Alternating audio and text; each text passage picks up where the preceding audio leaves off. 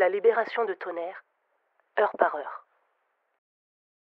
Le 26 août 1944, cela fait plus de 4 ans que Tonnerre, ville de 4400 âmes, est occupée par l'armée nazie. 4 années de privation, de souffrance et de peur continuelle. Pourtant, l'année 1944 s'annonce optimiste, avec l'espoir d'un débarquement allié imminent, d'une résistance organisée et forte, et d'une défaite de l'armée du Reich. Cette avancée irrépressible vers la liberté, et dont les Tonnerrois ne prennent pas encore la mesure, s'accompagne parfois de drames, comme le bombardement de Tonnerre du 25 mai 1944, les vagues d'attaques du maquis et les fusillades de représailles. Le 6 juin 1944 est une date historique.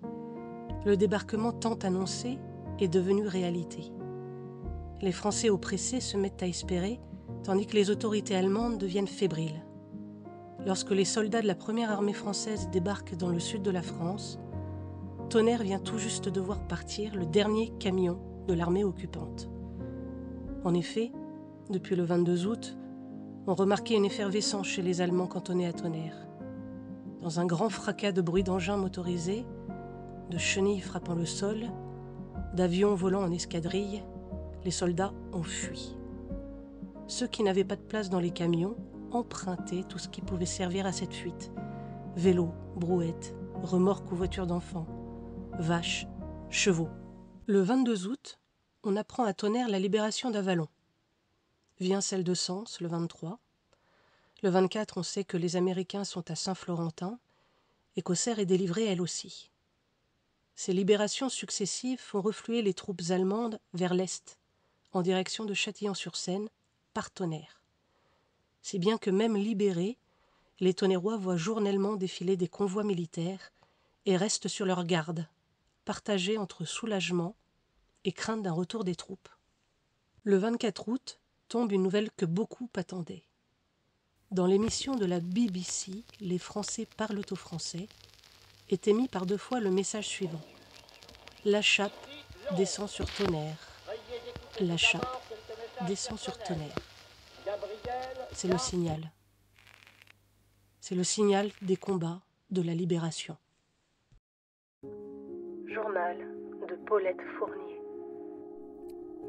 La chape descend Tonnerre. Je répète, la chape descend Tonnerre.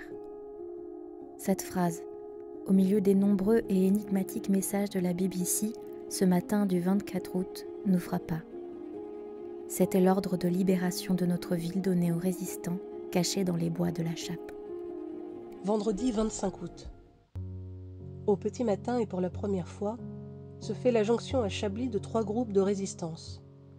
Les groupes Verneuil et Vauban, des forces françaises de l'intérieur, et la compagnie Rouget de Lille, FTP, rejoint peu après par les Américains. À Tonnerre, on les attend avec impatience, ces Américains.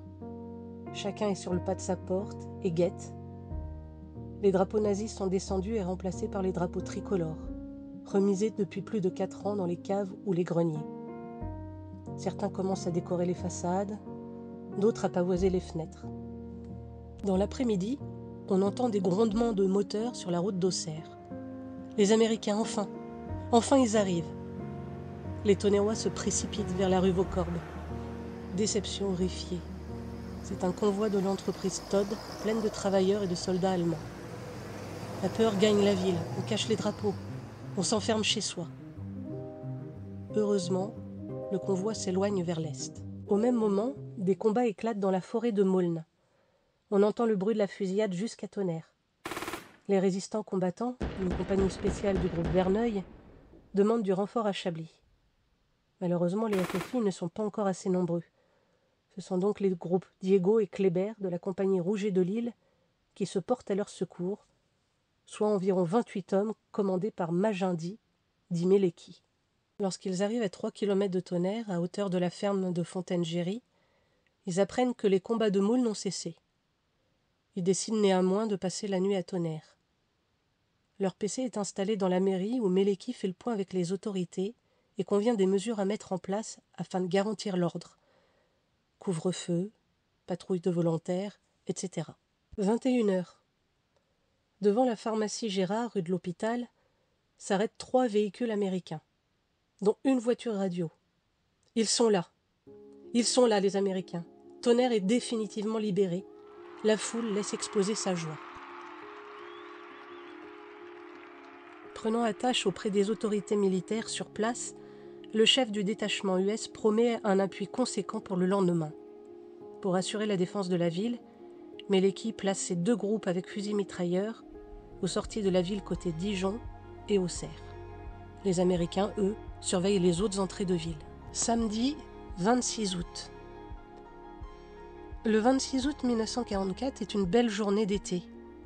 Avec l'arrivée des résistants et des Américains la veille, les Tonnerrois se réveillent dans une ambiance de quiétude et de sécurité qu'ils n'avaient plus éprouvée depuis plus de 4 ans.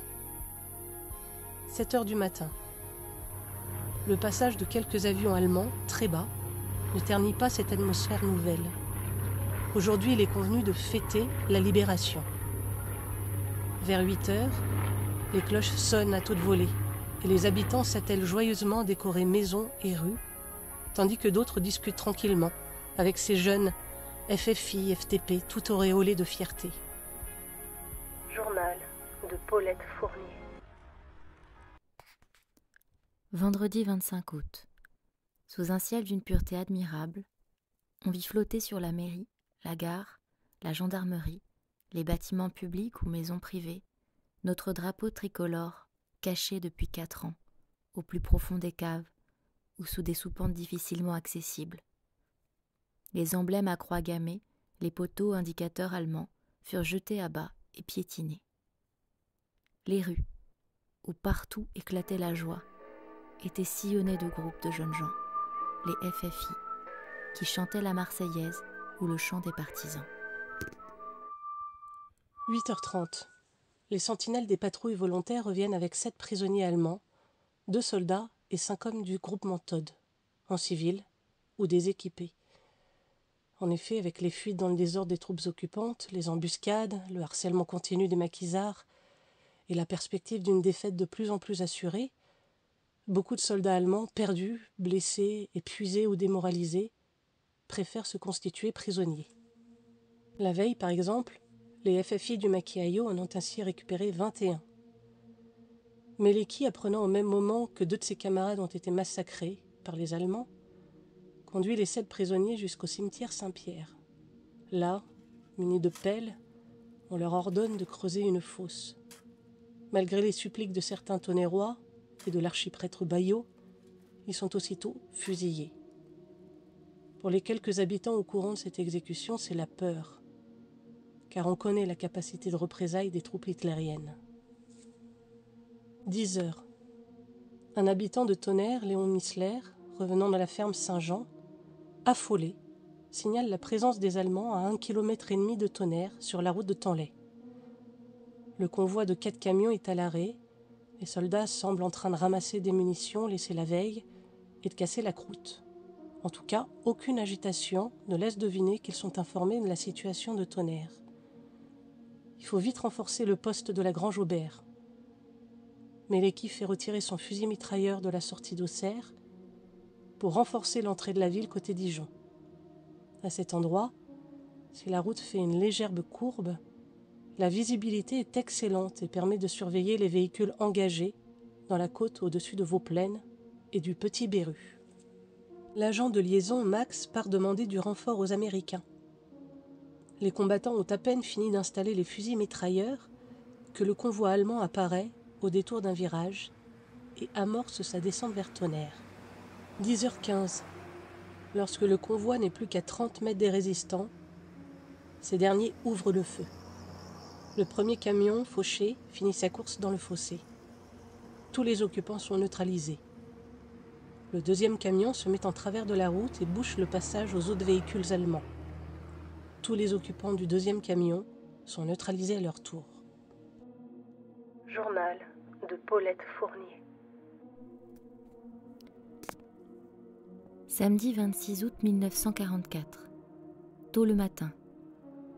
Papa décida d'aller jusqu'à notre jardin des Bridennes pour y cueillir quelques tomates ou arracher quelques pommes de terre. Nous n'en étions plus aux restrictions mais au manque de toute denrée alimentaire. Il revint rapidement dans le courant de la matinée, préoccupé pour ne pas dire inquiet. Dans le silence du jardin, il avait entendu nettement des tirs et détonations venant de l'est. Naïvement, nous pensâmes que s'il y avait danger, la mairie nous préviendrait. Et nous crûmes à un sérieux accrochage entre les résistants si nombreux dans les bois de la ville, de Lésine, et les ennemis. 10h30. L'ennemi prépare sa riposte avec ses armes lourdes. Le FFI Bougna, trop à découvert, est tué au tout début des combats. 11h. Le blindé américain arrive par la rue Rougemont, devancé par Max. Le véhicule se poste à l'abri d'un bâtiment, au niveau de la Grange Aubert, et tire un coup de canon. Rassuré par l'arrivée du blindé, Meleki, accompagné d'un groupe de voltigeurs, décide de grimper la colline du Mont Sarah pour évaluer la situation et éventuellement attaquer l'ennemi sur son flanc gauche. Mais un fusil allemand les repère et leur tire dessus. Meleki a de la chance. Se prenant les pieds dans une racine, il chute de tout son long juste au moment où les Allemands déclenchent le tir. Ses hommes se mettent à couvert, persuadés que leur chef a été fauché. Finalement, à la faveur des replis du terrain, ils retournent indemnes à leurs positions initiales. Juste à temps pour voir le char américain faire demi-tour et s'éloigner. Réalisant qu'ils sont totalement abandonnés par les troupes US, Meleki donne l'ordre de poursuivre le combat en petits groupes isolés. 11h à 16h. Le chargeur nippon d'un des deux groupes de fusils mitrailleurs est touché en pleine poitrine. Il expire peu après. Le tireur, Angelo, est touché au cou. Il cède le fusil mitrailleur à Shuka et prend les fonctions de chargeur. Au deuxième groupe de fusils mitrailleurs, le tireur Chacal est blessé à la jambe. Il refuse de se retirer. Touché une deuxième fois, puis une troisième fois à la poitrine, il est trop diminué pour continuer le combat. Il expire 2 heures plus tard, sans une plainte. Journal de Paulette Fournier. Midi. Tir de plus en plus nourri. Volet clos. René et moi tirons une petite table dans le seul angle de la salle à manger qui n'est pas dans l'axe d'une ouverture. J'y apporte 4 assiettes et un gâteau fait à partir d'une espèce de semoule obtenue à partir de blé écrasé dans mon moulin à café. Nos voisins nous racontent que ce matin, les résistants ont capturé 3 Allemands, les ont emmenés au cimetière où, près de la fosse qu'on leur a fait creuser, ils ont été abattus. C'est ainsi que procédaient les nazis avec les maquisards. Ces faits, à ma connaissance, n'ont jamais été démentis ou confirmés, mais cette nouvelle, vraie ou fausse, arriva probablement aux oreilles des collabos, puis à celles des Allemands. Et nous comprîmes que nous allions être victimes des représailles en usage pendant la retraite des armées ennemies. Mais les bruits se rapprochent. René attrape la main de Paul-Hélène. Je me précipite sur Jean-François et tous les 4 gagnons le sous-sol et restons à l'entrée, blottis dans l'épaisseur du mur. 13h. Les Allemands commencent à bombarder Tonnerre au mortier et au canon. Les habitations des quartiers Rougemont, Pasteur, Fontenille, Hôpital et Dupont sont criblées de balles et visées par les obus. Les Tonnerrois se réfugient dans les caves ou les abris. D'autres fuient vers les bois ou les fermes des villages alentours. Journal de Paulette Fournier. Vers 13h. On entend nettement le départ des obus lancés par des canons qu'on situe dans les bois de la ville, puis le sifflement aigu de leur trajectoire, et enfin l'éclatement. 5 ou 6 fois de suite, à intervalles rapprochés, puis une accalmie, tout aussi angoissante. Jean Chifflot dit « Il change de cible, nous sommes peut-être la prochaine ». 16h. Henri Taron, exploitant de la mousserie de la Grange Aubert, tente de fuir par le chemin des Bars. Il n'y parviendra pas et est abattu devant sa maison. 16h30.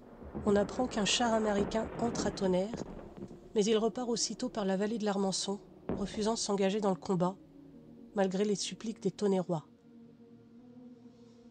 Méleki, accompagné d'un homme, retourne sur le mont Sara. Il constate alors que le convoi ne comptait pas 4 camions, comme cru initialement, mais de nombreuses pièces d'artillerie et plusieurs centaines de fantassins. D'ailleurs, ces fantassins sont en train de réaliser une manœuvre de contournement de la ville. Il les voit se diriger vers la voie ferrée à travers la plaine des Ovies, ou se disperser dans les bois de la ville et de Chéron.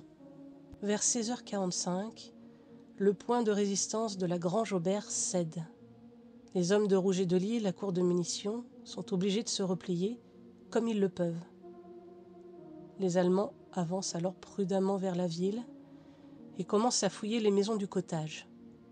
Tous les habitants de ce quartier sont emmenés dans une carrière à flanc du mont Sara. 17h30. Les Allemands s'engagent dans le boulevard Rougemont. Ils mitraillent systématiquement les portes et fenêtres des habitations et lancent des grenades incendiaires dans les caves ou dans les maisons. Gaëtan Golaudin, habitant au 74 rue du Faubourg Rougemont, est tué d'une balle perdue sur le pas de sa porte. 18h-20h. Désormais maîtres de la ville, les soldats ennemis pillent, volent, dégradent, incendient. On assiste à la scène grotesque d'un soldat allemand d'une carrure impressionnante, des bandes de mitrailleuses ornant son torse, sortir de la droguerie avec 2 sacs de femmes en simili-cuir. Le commandant de la compagnie de sapeurs-pompiers de Tonnerre, le lieutenant Florentin, marchant dans les pas des Allemands, étouffe au fur et à mesure les foyers provoqués par les plaquettes incendiaires. Par contre, le feu de la rue Saint-Pierre commence à prendre une ampleur inquiétante. Dans les quartiers Rougemont et Pasteur, les maisons sont fouillées systématiquement et vidées de leurs occupants. Les enfants, femmes, hommes sont dirigés en procession vers la carrière. Journal de Paulette Fournier. 18h. Soudain, nous entendons ce que nous redoutions. Les nazis sont là, à la porte de la cour. Les coups de crosse pleuvent, les crépitements de mitraillettes sont à 10 mètres. Et nous distinguons les craquements du bois et de la serrure. Madame Chifflot crie « Nous sommes perdus. Je dis vite, essayons de fuir par la rue Pasteur et de gagner le sentier des Bars. » La rue Pasteur paraît calme. Alors, il ouvre la porte et Paul-Hélène avance d'un pas. Quand j'entends un claquement sec d'une arme qu'on charge, je la tire si violemment que nous bousculons son papa et les Chifflots. Les balles passent à quelques centimètres de nous. Nous les entendons ricocher sur le mur. Un saut, un hurlement, digne d'un fauve, et un Allemand nous pousse dans la rue, où je découvre tout un chapelet de soldats allongés contre le mur, l'arme braquée. J'essaie de prendre un vêtement pour les enfants. Un coup de crosse m'en empêche. Escortés par 3 ou 4 brutes vociférantes, nous sommes conduits vers la rue Rougemont et confiés à d'autres brutes hurlantes qui encadrent les habitants des rues voisines, sortis comme nous par la force de leur maison. Arrivés rue Rougemont, nous sommes poussés sans ménagement parmi des dizaines et des dizaines de Tonnerrois au cri de terroristes. Terroristes. Nous sommes encadrés par des Allemands de plus en plus nerveux, de plus en plus excités, de plus en plus menaçants. À mesure que nous avançons, nous constatons que toutes les maisons ont été ouvertes de force et pillées. Nous marchons à côté de la famille Hugo, un agent d'assurance qui demeure juste en face de la bibliothèque. 2 de ses enfants, les plus grands, font de leurs mains croisées la chaise pour porter le plus petit. La mère me dit « Il a 40 degrés de température ». Les 4 autres enfants se serrent autour d'eux, mais bientôt nos gardiens parcourent la colonne, vociférant quelques mots de français approximatifs et faisant de grands gestes de bras. Nous comprenons. Les hommes, là. Ils montrent le mont Sara. Les femmes, ici. Ils indiquent les prés de la Grange Aubert. René me dit « C'est fini. Ils vont fusiller les hommes. » C'est aussi mon avis.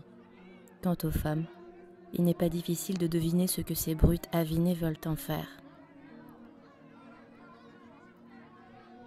Les Allemands se portent un peu plus en tête de la colonne pour imposer sa séparation en 2 directions.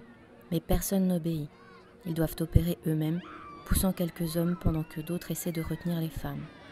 René me glisse « Au revoir ma chérie » et m'embrasse.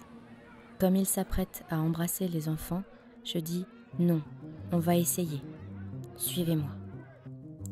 Profitant du désordre causé par la résistance de ceux qui nous précèdent, nous obliquons brusquement à droite et prenons une espèce de sente à peine tracée et pleine d'orties qui longe la ferme Moreau. Nous parcourons une dizaine de mètres avant que des cris nous fassent comprendre que nous sommes repérés. Nous entendons le déclic. René jette Paul-Hélène à terre et se couche sur elle, et je fais de même avec Jean-François. Nous rampons plus que nous marchons et arrivons à la route de la Chappe. Heureusement, elle est sinueuse et les bâtiments nous cachent un peu. Nous courons maintenant dans le fossé, tout courbés. Plusieurs fois des tirs nous obligent à nous coucher et nous arrivons au chemin des Voutois. Toujours courbés et courants, nous gagnons les bois et nous nous y enfonçons. Notre cœur bat, nos jambes flageolent, mais nous sommes indemnes. Nous écoutons. Il ne semble pas qu'on nous poursuive. Mais pourvu que nous ne tombions pas sur des ennemis d'arrière-garde. Enfin, nous trouvons quelques sapins, un endroit où nous pouvons nous asseoir. Nous nous laissons choir sur l'herbe, derrière des taillis, de manière à ne pas être visibles du chemin. Nous ne pensons guère aux vipères. Nous écoutons. Les bruits viennent du Mont Sarat et de la Grange Aubert. C'est une rumeur incessante, trouée de temps à autre par de véritables hurlements. Nous entendons toujours les tirs de canon, de mitraillettes. Nous envisageons des solutions tout aussi mauvaises les unes que les autres. Regagner notre maison ? Et si les Allemands sont restés, nous allons être repris. S'enfoncer en campagne ? Ces coins ont été la cage des résistants ? N'y aura-t-il pas combat ? Il faut prendre une décision. Nous nous enfonçons dans la vallée, puis remontons par les friches en direction de la ferme des Brions. 20 heures. À grands coups de sifflet, un officier allemand sonne le ralliement. Les soldats se regroupent et la colonne disparaît sur la route de Dijon, emportant ses blessés et ses morts. 22 heures. Dans la carrière du Mont Sarat, les Tonnerrois, parqués et menacés par des fusils mitrailleurs, reprennent un peu espoir en voyant la colonne repartir. Malheureusement, 5 personnes sont emmenées pour être fusillées en représailles des exécutions du matin. Les Allemands pensent alors qu'il n'y avait que 5 fusillés le matin et non 7. Les otages sont M. Chauveau, Dousseau, Louviot, Rothpaor et Chadel. Journal de Paulette Fournier. Parqués au Mont Sarat et dans les prés de la Grange Aubert, gardés et menacés pendant des heures, ils ont entendu, dominant le vacarme, des coups de sifflet stridents. C'est alors que les Allemands les ont abandonnés, se sont précipités sur leur véhicule et sont partis à toute allure dans la direction d'Ancy-le-Franc. 21 heures. Les pompiers luttent pour éviter la propagation du feu de la rue Saint-Pierre. 2 motopompes sont en action, mais peinent à contenir l'incendie. Alors qu'on demande aux otages de monter dans un véhicule, une vive dispute éclate entre les blessés allemands installés dans le camion, qui ne veulent pas des otages, et les autres. Les débats s'éternisent, arrosés d'alcool, tandis que leur vigilance se relâche. Les 5 hommes en profitent pour fuir dans les bois. Lucien Louviot semble être repris peu de temps après. En fait, les avis et les souvenirs divergent sur son cas. Certains disent qu'il a été pris dans le quartier Rougemont, emmené à la carrière, choisi en otage avec 4 autres Tonnerrois mentionnés plus haut, et qu'il est le seul des 5 hommes à ne pas s'être échappé, ou alors avoir été repris. D'autres disent qu'il a été pris dans les bois de Chéron, alors le repère des maquisards. Pas de chance pour lui, on trouve dans ses poches des collets et un petit couteau. En tout cas, une chose est avérée, ce jeune homme est emmené dans le convoi allemand qui se dirige vers Moulins en Tonnerrois. Dimanche 27 août 1944, 2 heures du matin. L'incendie de la rue Saint-Pierre gagne maintenant les immeubles donnant sur la rue de l'Hôpital. Les pompiers mettent en action une 3e motopompe et demandent le renfort d'une 4e à Molhomme. 4 heures du matin. Après une nuit de marche à travers la campagne, Meleki arrive à Chablis avec un de ses compatriotes, Noiroud. 8 heures. Après les terribles événements de la veille, les Tonnerrois se rassemblent et discutent entre eux, chacun évoquant ses propres expériences, rapportant les nouvelles des uns et des autres, commentant les décisions prises. Les Américains, en nombre cette fois-ci, surveillent les entrées de ville et notamment le carrefour de la route de Fresnes, près du Cottage. 10 heures. De Chablis, Meleki se rend à Tonnerre et retrouve la plupart de ses hommes. 14 heures. Les unités allemandes qui avaient pris Tonnerre la veille quittent en convoi Moulins et Passy sur Armançon pour rejoindre la route de Tanlay. Lucien Louviot, qui d'après certains témoins avait été attaché à un arbre puis torturé, est finalement achevé d'une balle dans la tête. Sur la route de Tanlay, le convoi se sépare en deux. Une partie gagne Tanlay par le carrefour des Brions et la ferme Saint-Jean. L'autre partie coupe par Saint-Vinmer. Au même moment, à Saint-Vinmer, 3 résistants du groupe Vauban, revenant de service commandé, marchent sur la route nationale numéro 5. Repérés de loin par les Allemands, ils sont fauchés par les balles, sans pouvoir se mettre à couvert ni riposter. Les 3 hommes sont Jacques Mazot, Francisco Doblado Blanco et Valeriano Palencia Cantos. 1 Français et 2 Espagnols. Cette même colonne étant harcelée par des tireurs embusqués, tire au canon sans discernement sur le village de Comissé. Plusieurs maisons prennent feu, notamment une ferme emplie de foin. Les habitants font la chaîne pour essayer de contenir les incendies, le temps que les pompiers de Tanlay arrivent par le chemin de halage. Une fois ces derniers arrivés, le clairon sonne pour avertir la mise en eau des tuyaux, comme il est d'usage. Les Allemands, aux abois, ne sachant comment interpréter cette alarme, envoient à nouveau une salve de balles et d'obus sur les maisons.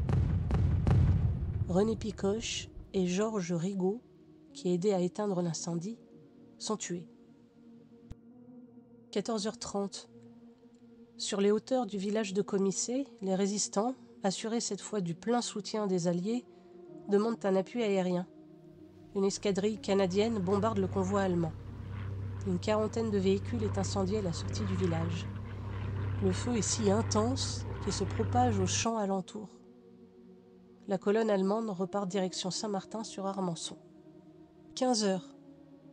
Avec 2 camions et une section, Meleki revient à Tonnerre. Cette fois-ci, contrairement à la soirée du 25 août, l'accueil de la population est froid, voire même franchement hostile.